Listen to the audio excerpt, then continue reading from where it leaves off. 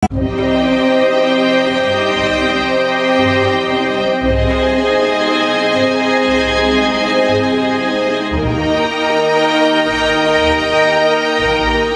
we've done R1, R2s for the radial circuits. It's now time for the continuity of rings. Remember, C, Ripper. C, R. Continuity of rings is next. I'm going to take my links out there and I'm going to remove, in this instance, for your assessment, I'm going to remove at the board the origins of the ring. The CPC, the line, and the blue. Now, you'll notice that they are in fact grouped in their respective legs, which is what we'll want later. But for now, all we're going to do is test that that is one end of the blue cable, and this is the other end of the same blue core. That it goes round and it ends up here. There's no break in this cable, in other words, and that we have continuity between the brown at one end, the brown at the other, the blue at one end, blue at the other, and the two CPC ends. So again, with my continuity set on the tester, between blue and blue, 1.67, between line and line, or brown and brown, we've got 1.53, and between the green and yellows, we've got 2.14.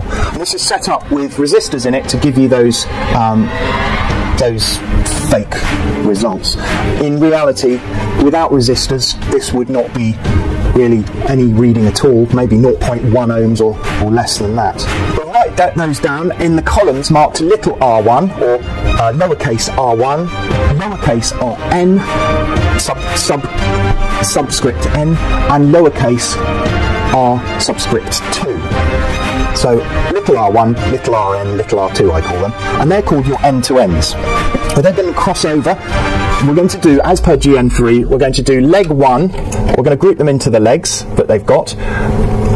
We're going to do leg 1 on the brown to leg 2 on the blue.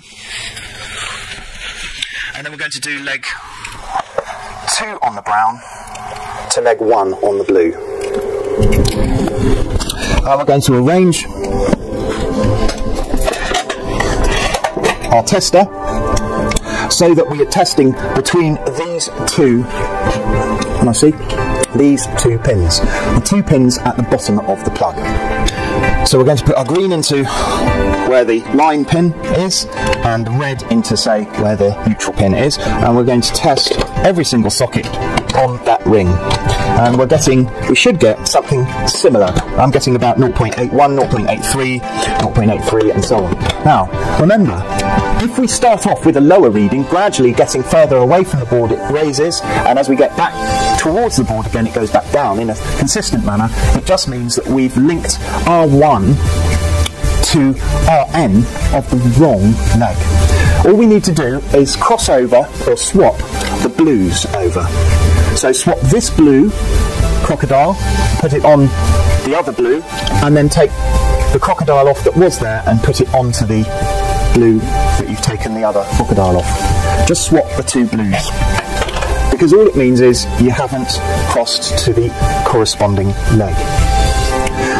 Next we're going to swap, anyway, we're going to swap blue from leg 1, we're going to swap the crocodile to green and yellow from leg 1, and we're going to swap the crocodile on blue from leg 2 to green and yellow from leg 2.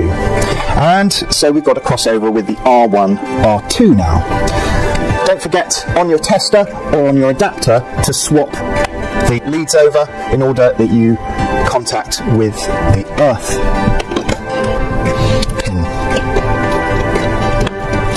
And again, we're going to get about 0.96 for all these, 0.93 and so on. Go round and we write down the highest number from that crossover. The crossover between the brown and the green and yellow gets written down in your paperwork. So that is the continuity of rings dealt with, and the last result is in fact our capital R subscript 1 plus capital R subscript 2, R1 plus R2 for that circuit. So we've done CR, and now we're on India. I for insulation resistance.